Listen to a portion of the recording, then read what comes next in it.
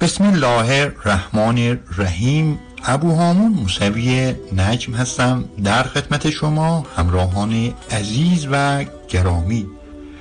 طلسم و جادوی بیتابی و بیقراری معشوق روی نعل اسب برای بازگشت و جلب و جذب حبیب و همسر و عشق.